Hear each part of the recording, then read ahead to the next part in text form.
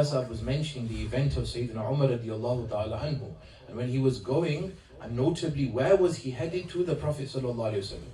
But where was the Prophet alayhi salatu wasalam at that time? At that time when the foundations of Islam were being set in the lands of Makkah, the Prophet sallallahu alayhi wasallam was in Darul Arqam. Darul Arqam in its simplest form was the madrasa of the Prophet sallallahu alayhi wasallam. Was the place where the Prophet sallallahu alayhi wasallam would teach the Sahaba.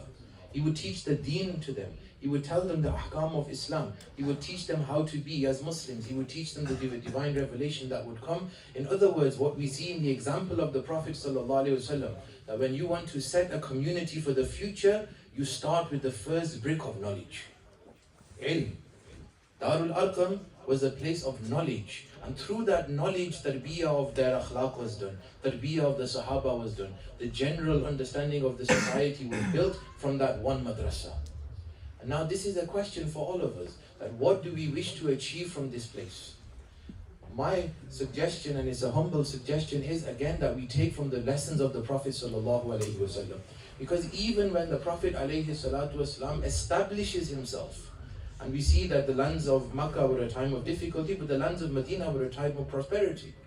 When the Prophet ﷺ goes to Madinatul Munawwara, what's the first thing that he establishes there? Masjid al-Nabawi. Masjid al-Nabawi. Why does he establish Masjid al-Nabawi? Yes, it's a place of prayer. Yes, it's a place of gathering.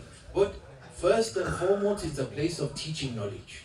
And we see that in that masjid, Masjid al-Nabawi Sharif, the Prophet ﷺ is teaching knowledge to the ulama, to the Sahaba. And this is an important lesson for us, that wherever we go, the first thing that we have to think about is how will we teach our next generations? Because preserving the next generations isn't through our jubbeh. Preserving the next generation isn't through what colour hats we wear. Preserving the next generation doesn't mean how many times I wrap my turban or which colour or which style I wrap my turban in. Preserving the next generation is done by teaching them who is Allah, who is the messenger, and who is his family, and who are his Sahaba. What was his message? And that's this center's duty now. Alongside the ulama, in teamwork with the ulama of this masjid and the community and the society, the duty of this masjid is, and this center is, to teach them. And I say this very humbly, and my intention is not to upset